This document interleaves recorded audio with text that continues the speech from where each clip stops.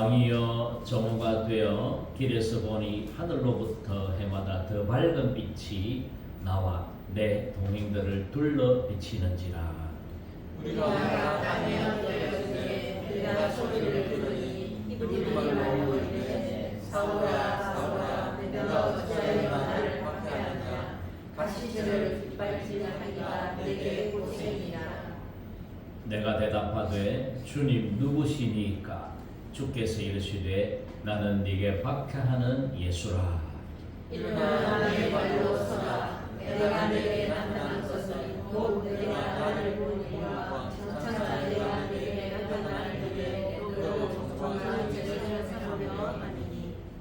이스라엘과 이방인들에게서 내가 너를 구원하여 그들에게 보내어 그들을 위하여 은혜에서 빛으로 사탄의 곳에서 하나님께로 돌아오게 하고 죄사함과 나를 믿어 거룩하게 된 우리 가운데서 기업을 얻게 하리라 하더이다. 아멘. 여러분 반갑습니다. 설 명절에 맛있는 거 많이 잡쌌습니까? 얼굴들이 뽕통하시네요. 많이 잡쌌네요. 자, 우리 다 같이 따라합니다. 하나님의 섭리. 하나님의 섭리. 예, 하나님의 섭리라는 제목으로 여러분들에게 말씀 전할 때에 많은 은혜가 임하시기를 주님의 이름으로 축원드립니다. 하나님의 섭리라는 것은 하나님께서 세계를 창조하시고 다스리시고 모든 이 세상의 일을 하나님의 뜻 가운데로 역사하심을 말씀하십니다. 제가 이제 하나님의 섭리에 대해서 설교하고서 이제 준비할 때에 섭리라는 단어가 조금 어려워요. 그리고 제가 발음도 경상도 발음이라 맞는지 안 맞는지 제가 우리 사모님한테 물어봐야 되는데 제가 밑에 섭인지 위에 섭인지 섭리는 섭리 그래서 주의야 틀리나 발음이 하나님의 섭리. 그래서 제가 이제 한문을 봐 여러분 한번 비춰주실랍니까? 이게 섭리라는 한문이에요. 그래서 하나하나 본래 한문은 형상 글자에 형상 문자라 그래가지고 모양을 그대로 나타내거든요. 그래서 저기 보면 섭자에 예수님의 십자가가 서 있고 지팡이를 드는 모습 여러분들 보이십니까? 네. 예수님 또 그 옆에 귀가 세 개, 지금 귀자거든요. 귀가 세 개가 있습니다. 그래서 저는 볼 때에 성부, 성자, 성령 하나님께서 들으시는 하나님이시잖아요. 우리가 기도하면 들어주시고 역사하시는 하나님이시니까 성부, 성자, 성령 하나님께서 대표되는 예수 그리스도를 앞에 세우셔가지고 요 또 리자에 보면 옆에 보면 마을 리자예요. 밭전자와 흑토자가 있으니까 거기에 온 마을이 다 있으니 그 옆에 임금이 왕이신 나의 하나님 왕이신 하나님께서 다스리는 것 마을을 다스리니까 그러니까 이게 섭자가 취하다는 말이거든요.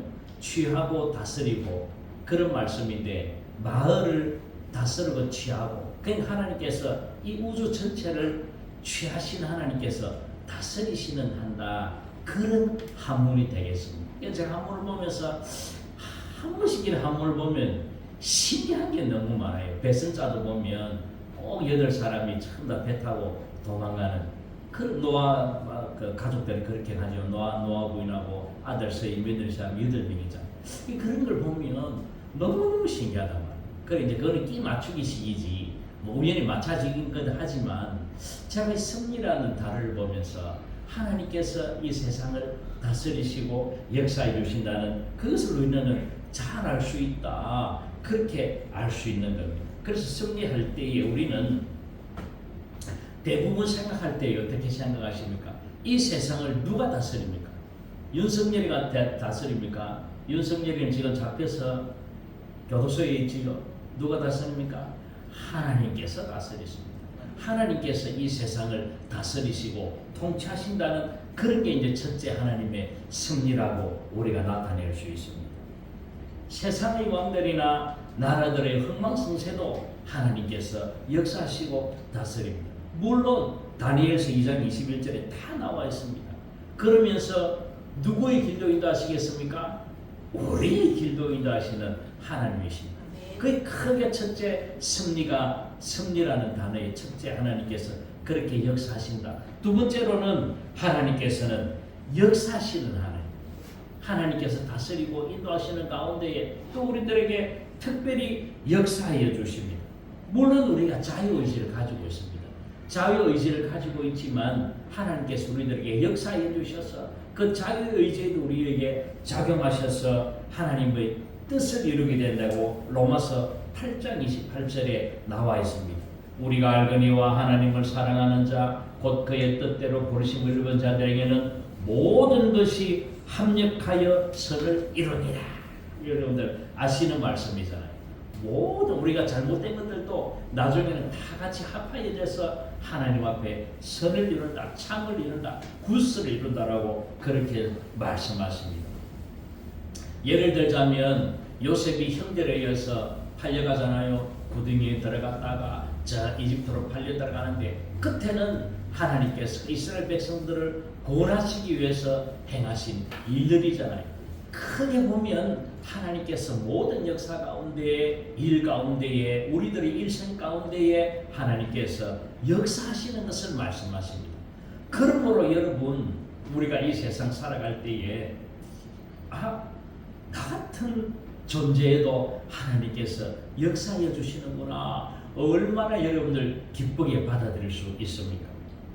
그리고 가장 중요한 것이 뭐냐면 하나님께서는 섭리 가운데에 공급하여 주시는 하나님이십니다. 여러분들 산소가 조금 모자라면요 여러분들 살기 힘듭니다.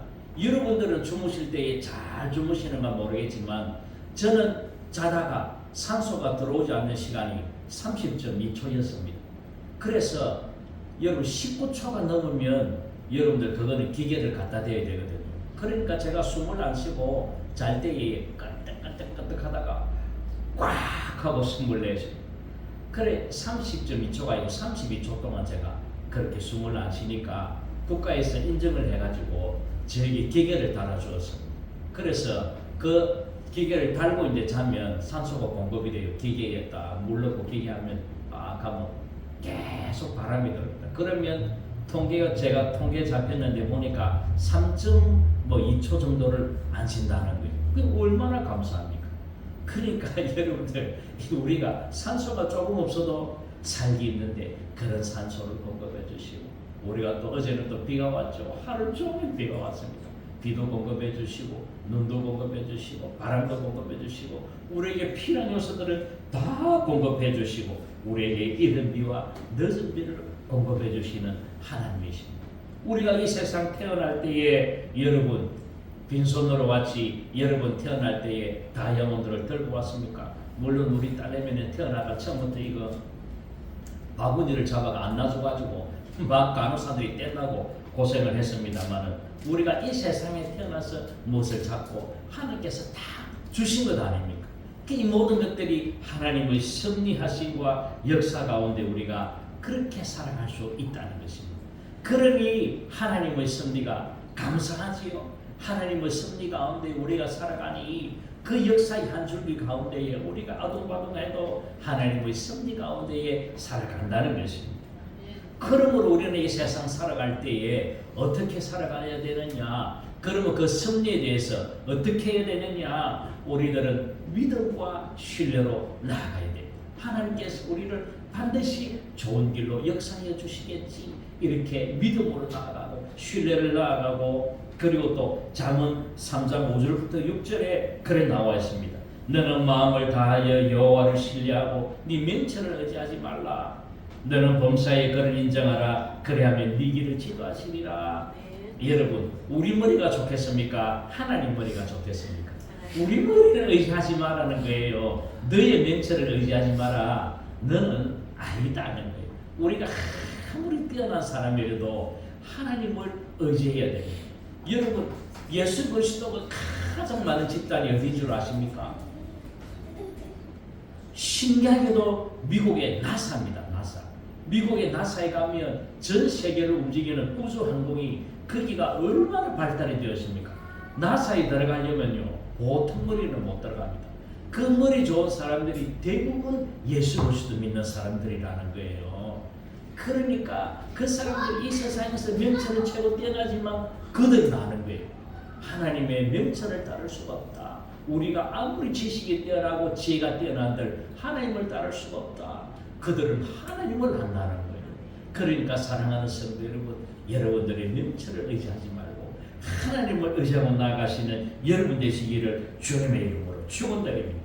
두 번째로 우리는 감사와 순종으로 나아가야 됩니다. 방금 말씀대로 모든 것이 합력하여 선을 이루니 얼마나 감사합니까? 그러니까 우리는 감사함으로 나아가야 됩니다. 그 다음에 우리는 하나님 앞에 기도하고 우리의 삶을 의탁해야 됩니다. 우리 하나님께 맡겨야 됩니다. 하나님, 저희 삶에 좌정하셨어. 그 말씀이 여기 앉아주셔서 우리를 다스려 주시옵소서. 우리가 주님의 명령대로 삶을 살아가는 우리의 모든 것을 기도로 하나님 앞에 맡길 때에 우리는 정말 진정한 그리스도의 삶을 살아갈 수가 있습니다. 빌립보서 4장 6절부터 7절 말씀에 그렇게 나와 있습니다. 아무것도 염려하지 말고 다만 모든 일에 기도와 간구로 너희 구할 것을 감사함으로 하나님께 아뢰라. 그리하면 모든 지각에 뛰어난 하나님의 평강이 그리스도 예수 안에서 너희의 마음과 생각을 지키시리라 하고 말씀하고 있습니다. 그럼 하나님께서 우리의 마음속에 여기서 역사하셔서 우리의 모든 생각과 모든 마음들을 굳건하게 지켜주시는 게 이게 하나님의 섭리라는 것입니다. 그러므로 사랑하는 성도 여러분, 우리는 하나님 앞에 묻고 질문하고 하나님 앞에 답을 듣고 하나님의 지혜로 살아가시는 여러분 되시기를 주님의 이름으로 축원드립니다. 그래서 제가 성경을 쭉 보면서 그러면 섭리를 인정하고 섭리 가운데 살아가는 사람의 정말 결정체 그런 삶의 모범이 무엇일까 바라볼 때에 제가 발견한 것이 하나님께서 주시는 지혜로 시편 1편 1절부터 4절까지의 말씀이 정말 섭리하는 삶의 결정체가 아닌가 이런 생각이 들었습니다. 시편 1편 1절부터 4절은 어떻게 나오냐면요, 1절에 시작하는 게 그렇게 나옵니다. 시편 1편입니다. 1절입니다. 복 있는 사람은 이렇게 나옵니다. 복 있는 사람이 뭡니까? 행복한 사람은 그 말씀이잖아요. 복이 있는 사람은, 행복한 사람은 어떤 사람들이냐? 세 가지로 이야기합니다. 동사를 보면요, 따르지 않고 길에 서지 않고 자리에 앉지 않는다고 그렇게 이야기하고 있습니다. 그 이 세 가지가 뭐냐? 첫째로 악인들의 꾀를 따르지 않는 사람이 복이 있는 사람이라고 이야기합니다. 정말 신기하죠. 이 세상에 악한 사람들이 너무너무 많습니다. 우리가 악한 사람 잘못 사귀면요, 그 묵자흑이라고 검은 사람 옆에 있으면 자기도 모르게 검어진다는 겁니다. 그게 금묵자흑이 아닙니까? 그죠? 그러니까 우리가 나도 모르게 잘못된 친구의 행동, 잘못된 친구의 언어, 잘못된 친구의 사상, 세계관들이 나의 영혼 속에서 깃들어 들어오면 우리들의 삶들이 하나님과 멀어지게 됩니다. 그러므로 우리는 악인들의 꾀를 따르지 않고 두 번째는 죄인들의 길에 서지 않는다고 말씀합니다. 우리 믿는 사람들은 절대로 죄인들의 길에 서면 안 됩니다. 죄인들의 길에 서면 어떻게 됩니까? 여러분, 결과가 하나님과 멀어지고요, 나중에는 탁 교도소 가게 되어 있습니다. 세 번째로는 오만한 자들의 자리에 앉지 아니한다, 그렇게 이야기합니다.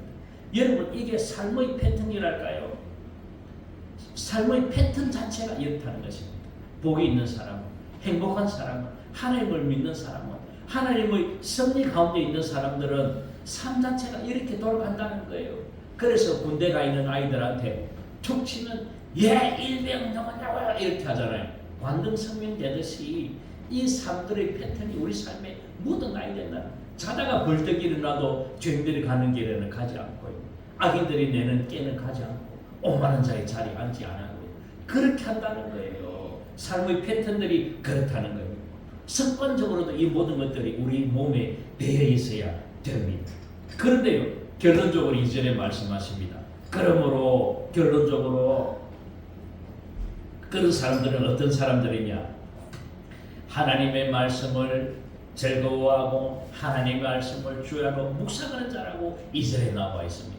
그런 사람의 삶의 패턴들은, 삶의 습관들은 그렇다는 겁니다. 따르지 않고 길에 서지 않고 교회 그렇게 같이 하지 아니한다는 말씀입니다. 그런데 이런 사람들은요, 결과적으로 어떤 사람들이냐? 3절에 나옵니다. 그러면 이 사람들은 어떻게 되느냐? 결론적으로 3절에 나와 있습니다. 열매를 맺고 마르지 않고 형통하다고 그렇게 나와 있습니다. 이것들이 하나님의 섭리 가운데에 하나님을 굳건히 믿고 나아가는 자들의 삶의 원리인 것입니다. 그러므로 사랑하는 성도 여러분, 우리들은 하나님 앞에 하나님 말씀대로 하나님의 뜻대로 그 말씀을 주여 우리가 묵상하면서 하나님의 뜻 가운데에 하나님의 섭리 가운데에 살아가야 됩니다. 내 삶이 그렇게 넉넉하지 못하고 내 삶이 부유하지 못하더라도 내 지금 처해 있는 입장 자체가 그렇게 하나님 앞에 은혜스럽지 못하더라도 여러분 그렇더라도 여러분들 끝까지 하나님 말씀 붙잡고 나아가시는 여러분 되시기를 주님의 이름으로 축원드립니다. 그래서 목사님들끼리 한번 모였어요. 그래서 제가 그랬습니다. 목사님 세 분 모였을 때에 어떤 목사님이 자기 딸이 믿지 않는 남자와 결혼하여서 그 목사님이 목사직 털 털어버리고 자기는 돌아가서 초야에 묻혀서 그냥 자기는 교회 담임 내려놓고 아이고 우리 딸이 믿지 않는 사람하고 결혼해서 나는 이거 꼴이 못 된다 해가지고 그냥 그렇게 목사 내려놓고 그냥 자연인으로 살아가고 있습니다. 여러분 목사님 어떻게 생각해요? 제가 이제 탁 화두를 던졌습니다. 그렇게 한 목사님은 이게 되네 이렇게 하고 또 다른 한 목사님은 그러면 안 되지. 그래도 열심히 하나님 믿고 끝까지 하나님 신뢰하고 나가야지. 하나님께도 어떻게 역사할지 모르는데 그래 이야기하는 거예요. 그런데 이 목사님 뒷소식이 그래요. 자기 딸이나 아들이 너무너무 하나님 말씀대로 잘 살아간다는 거예요. 그래서 이분이 그래도 진짜로 목사직 내려놓지 않고 근데 내려놓은 것도 하나님 뜻이요. 내려놓지 않은 것도 하나님 뜻이요. 제가 볼 때는 참 둘 다 잘할 것 같아요. 덜 잘할 것 같고 그렇게 하는 분들도 있다는 것입니다. 그런데 사절에 보면요 나와 있습니다. 그러면 하나님의 섭리를 인정하지 않는 그 아이들은 어떠냐? 그런 사람들은 바람에 나는 겨와 같다 그렇게 이야기합니다. 여러분들 그냥 겨와 같다 하니까 여러분들 실질적으로 닿지 않지요. 여러분들 농사 짓는 분들 우리 지역분들 뭐 김옥희 집사님이나 박윤욱 집사님은 알 거예요. 여러분들 겨를 어떻게 합니까? 뭐 쌀인지 내가 잘 모르겠지만 다 하여튼 간에 놔두고 그 겨를 날릴 때는 어떻게 합니까? 털 허이 둘이서 뭐 털지요? 털면 겨들은 싹 다 날아가고 알목만 남게 되어 있습니다. 그게 바람이 나는 기어 같다는 거예요. 하나님께 입김 한 번만 불면 하나님 믿지 않고 승리를 인정하지 않는 사람들은 그냥 이 세상에서 존재도 없이 사라진다는 거예요. 그러므로 사랑하는 성도 여러분, 하나님의 섭리를 인정하고 하나님의 말씀대로 살아가시는 여러분 되시기를 주님의 이름으로 축원드립니다. 그러므로 첫째 하나님의 섭리로는 우리가 여러분들 성경 보시는 게 제가 여러분들 설교하는 것들이 맥체인 성경 보는 법으로 여러분들 설교하는 것 아십니까? 혹시 아셨던 분 계십니까? 다 모르셨구나. 제가 설명을 한 번 안 했구나. 여러분 맥체인이라고 스코틀랜드에 아주 뛰어난 그 성경 보는 분이 있는데 그분이 1년 성경을 맥체인으로 봅니다. 맥체인을 어떻게 보냐면은 4편을 보는데 주제가 다 똑같아요. 구약 2편, 신약 1편, 뭐 또 구약, 신약 이렇게 돌아가면서 1년에 보면 구약 1편, 신약 2편을 보도록 그렇게 만들어놨습니다. 그래서 맥체인으로 이게 그 뜻 가운데 우리가 그 본문의 주제를 찾아 나가는 거예요. 그래서 우리가 그 4편을 보면 한 주제가 흐르게 되어 있습니다. 근데 우리끼리 토의하고 목사님들끼리 토의했는데 맞을 수도 있고 아닐 수도 있는데 그런데 대부분 성경들은 말씀대로 그렇게 읽으면 지루하지가 않아요. 그래서 맥체인으로 여러분들 제가 이제 왔다 갔다 합니다. 구약도 갔다가 신약도 갔다가 막 이렇게 합니다. 여러분들 그래서 첫째로 마태복음 26장에 보시면 대제사장들이 예수님을 죽이려고 모의를 합니다. 그런데 대제사장들이 예수님을 죽이는 겁니까? 하나님 섭리 가운데 있는 겁니까? 그것들이 하나님의 섭리 가운데에 태초부터 하나님께서 십자가에 못 박히기 위해서 주님께서 그렇게 태어나셨다는 거예요. 이 세상에서 태초에 하나님께서 그렇게 계획을 갖고 계셨다는 거예요. 그래서 마태복음 26장에 보면 대제사장들이라고 나와 있습니다. 그때의 대제사장들이 누구냐면 가야바와 안나스입니다. 여러분들 안나스가 장인이고 가야바가 사위인가 아십니까? 장인하고 사위하고 다 해먹는 거죠. 둘이서 대제사장이 되어서 예수님에게 그렇게 핍박을 하는 것 아닙니까? 그런데 이 사람들이 26장 4절에 보면요, 여러분들 예수님을 흉계로 잡아 죽이려고 하는데 이렇게 나와 있습니다. 대제사장의 관정에 모여서, 대제사장의 관정이라는 뜰을 이야기하지요. 그렇게 그 뜰에 모여서 잔디밭에 모여가지고, 물론 그 돌을 깔았지만 그 사람들이 크게 관정에 모여가지고 예수님을 죽이려고 의논을 하는 거예요. 장로들이나 서기관들이나 바리새인들이나 대제사장들이 모여서 예수님을 죽이려 하는데 뭐로 한다고요? 흉계로. 흉계를 하는 것이 원문을 보면 거짓말로 이렇게 나와 있습니다. 사기로, 거짓말로, 사기로 예수님을 죽이려는 게 그 죽을 일이 아니에요. 그런데 자기들과 뜻 까맞다고, 자기들이 하나님을 자기 하나님의 아들이라고 자기들 안 믿으니 그렇지, 그게 사실인데, 그러니까 사기로 그들이 예수님을 죽이려고 의논을 하는 것 아닙니까? 그런데 명절이 가까웠으니, 명절, 여러분들 우리가 지난주에 명절이었죠. 이 명절에 그들의 우리가 가장 큰 명절은 설날인데 그들의 가장 큰 명절은 6월절에 예수 그리스도 태어나시고 네 번째 6월절 날, 그때에 자기들이 고기간만 지나고 죽이자 그렇게 일어납니다. 왜 그러냐면 지금 밀란이 엄청나게 일어나죠. 어저께 토요일 날 밀란이 엄청나게 많이 일어나 보셨습니까? 아시는 분 계십니까? 장재석 집사님 밀란 일어나는 거 보셨습니까? 모르시구나.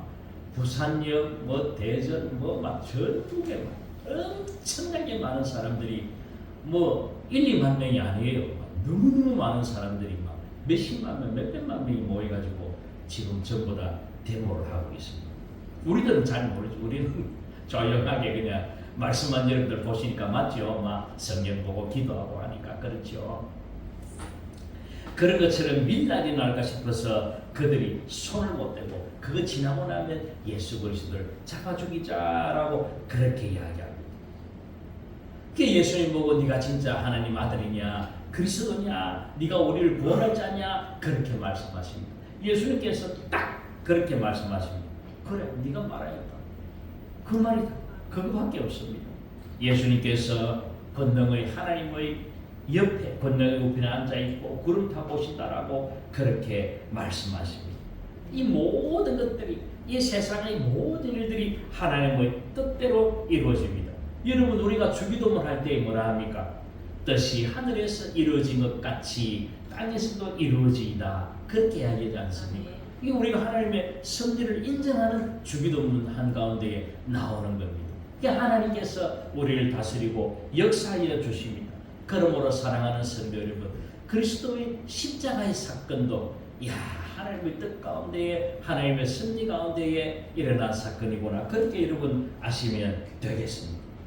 두 번째로 하나님의 섭리로 사도 바울은 복음을 전하게 됩니다.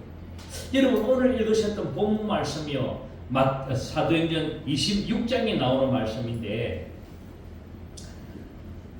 사도 바울이 예수 그리스도 믿기 전에 사울의 이름으로 그가 가야바에게 가가지고, 대제사장 가야바에 가가지고 내가 예수 그리스도를 때려 죽일 거라고, 예수 그리스도 믿는 사람들을 내가 죽일 거니까 나에게, 그때 이미 예수 그리스도가 돌아가시는 십자가 때 가시고 난 뒤에는 가서 자기가 그걸 받아옵니다. 예수 그리스도 믿는 사람들, 그 사람들을 죽일 수 있는 권한을 자기가, 사도 바울이 가서 받아와요.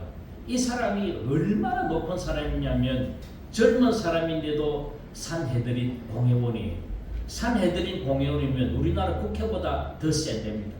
그러니까 20몇 명이 이스라엘 전체를 움직이는 그런 사람, 그 중에 한 사람이니까 얼마나 뛰어난 사람입니까?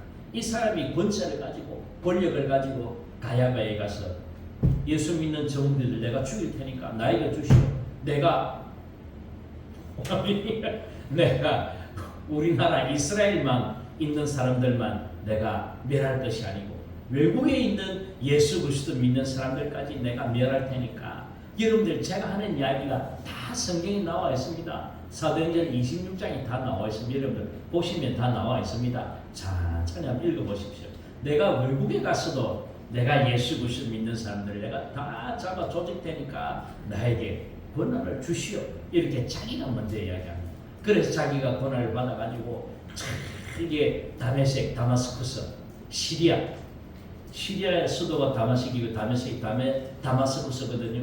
그 다마스쿠스 우리 성경에는 다메섹이라고 하는데 다메섹으로 이제 가는 길 도중에 예수 그리스도를 만나게 돼요. 밝은 빛이 비치면서 사울아 사울아 맞지요? 바울아 바울아 아니지요? 사울아 사울아 네가 왜 나를 핍박하느냐? 그렇게 하면서 자기는 눈이 멀어버리고 누굽니까 하니까 나는 네가 핍박하는 예수다. 그렇게 해서 그 예수님을 증거하게 되지 않습니까? 그러면서 그때 만난 예수 그리스도께서 그렇게 이야기합니다.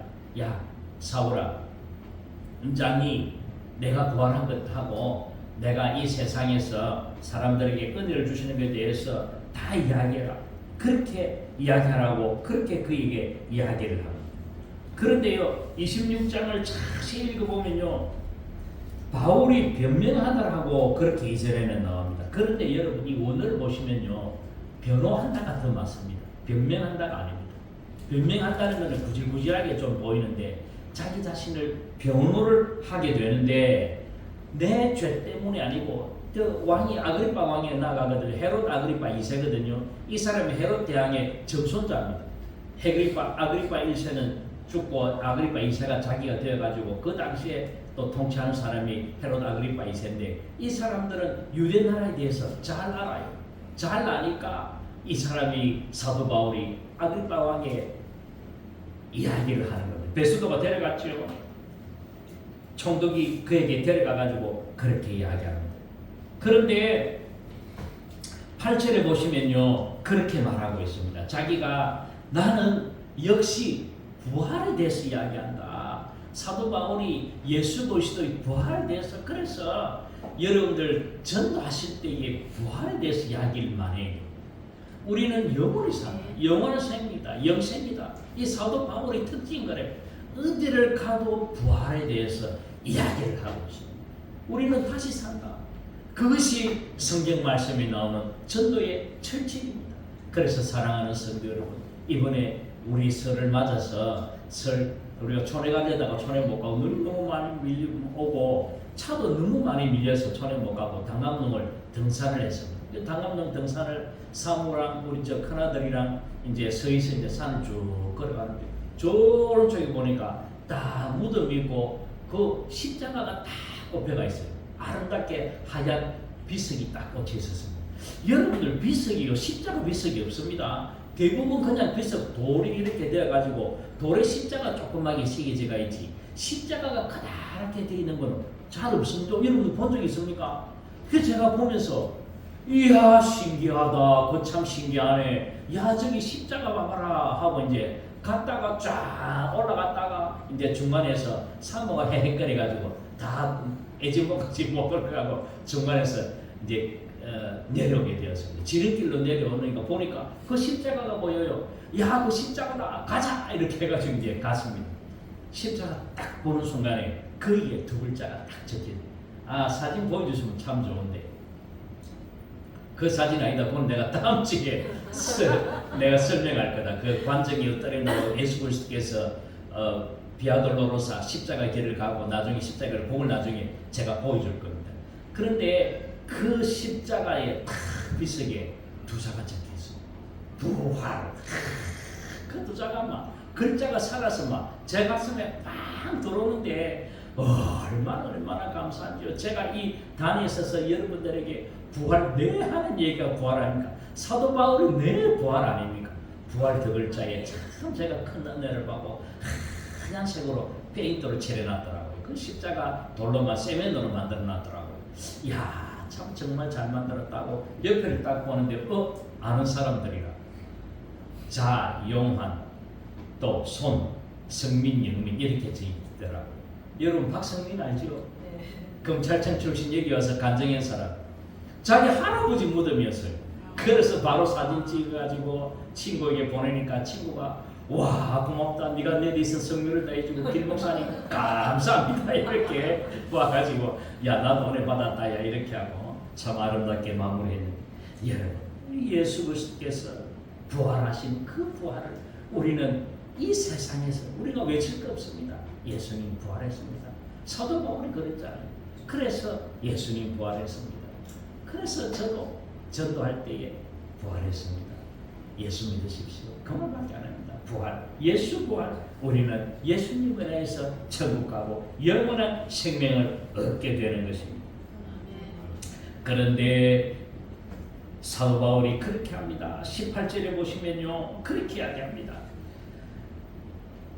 내가 가서 세상 사람들에게 전하는데 무엇을 전해야 되는 것을 예수님께서 말씀하시는데, 그게 뭐냐면 첫째로는 어둠에서 빛으로, 우리가 정말 그 죽음의 세상에서 그 영광스러운 세상으로 어둠에서 빛으로 됐다. 두 번째로 사탄의 권세에서, 우리가 이란에 사탄에 놓여 있는데 사탄은 사탕처럼 달콤하지 않습니까? 그 달콤함에 취해서 사탄의 세상에 놀아났는데 이제는 하나님의 손아귀로 돌아왔고, 그 다음에 제사함 받고, 그 다음에 거룩하게 된다, 믿어서 거룩하게 된다, 이 네 가지에 대해서 이야기한다고 그렇게 나와 있습니다. 그러므로 사랑하는 성도 여러분, 이 말을 이제 왕 앞에서 헤롯 아그리파 이세왕 앞에 사도 바울이 하나님 믿음 만난 것, 예수님 만난 것하고 그거하고 9장 그 다음에 22장 26장 이거 똑같은 그 사건이 나옵니다. 사도 바울이 예수 그리스도 만난 장면이 사모님 적어 놓으십시오. 거기에 9장 22장 26장에 똑같은 게 세 번 반복이 됩니다. 너무 신기하죠. 참 그 부분을 세 번을 이야기하네요. 처음에는 만나는 장면이고 9장에 22장은 예수 그리스도 믿지 않는 유대인들에게 설교할 때에 그 이야기를 하고, 또 세 번째는 헤롯 아그리파 2세 왕 앞에 이 이야기를 할 때에 예수 그리스도 만난 걸 이야기할 때 옆에 듣고 있던 베스도가, 이 베스도는 좋은 사람이에요. 이야 네가 미쳤구나 바울아, 네가 공부를 많이 하는데만 돌아버렸다 그렇게 이야기합니다. 진짜로 여러분 공부를 너무너무 많이 하는 사람은 진짜로 도는 사람 제가 봤습니다. 너무너무 공부 잘하는 사람 서울 어디에 다니는 친구 있는데 여기에 기장 저쪽에 살던 친구인데 맛이 가버렸어. 너무 열심히 해가지고 걸어다니면서 뭘 자꾸 외우더라고요. 이야기하고 자꾸 외우고요. 너무 여러분들도 너무 공부 열심히 하지 마십시오. 대충 하십시오. 그래 이 베스도가 하는 얘기가 네가 미쳤구나, 네 학문이 너를 미치게 했다. 사도 바울이 엄청나게 지금의 서울대학교보다도 더 좋은 곳에서 수석으로 졸업한 사람이 사도 바울입니다. 그러므로 네 학문이 너를 미치게 했구나 그렇게 이야기합니다. 그런데요 왕께 담대하게 말합니다. 그렇게 이야기하면서 참 예수 그리스도 믿으십시오 그렇게 말하는 거예요. 그러니까 아그리파가 야 니 몇 마디로 내가 예수 그리스도 믿게 하냐, 니 왜 이러느냐 그렇게 하면서 내가 이 사람의 죄를 찾지 못하겠다. 거기에 있는 모든 재판관들이 죄를 찾지 못해요. 그래도 사도 바울은 하나님의 말씀을 전하기 위해서 로마로 가이사에게 그렇게 자기는 재판을 받으러 가는 장면이 오늘 26장 장면인 것입니다. 사랑하는 성도 여러분, 우리는 하나님의 섭리 가운데에 살아가고 있습니다. 그래서 우리는 그 하나님의 섭리를 인정하고 하나님의 말씀 가운데 살아가시는 여러분 되시기를 주님의 이름으로 축원드립니다. 잠시 기도하겠습니다. 하나님 아버지 감사합니다. 하나님의 은혜 가운데 하나님의 섭리 가운데 살아감을 하나님 저희들 믿습니다. 하나님 의지합니다. 주님의 말씀대로 살아가게 하여 주시옵소서. 우리가 부활을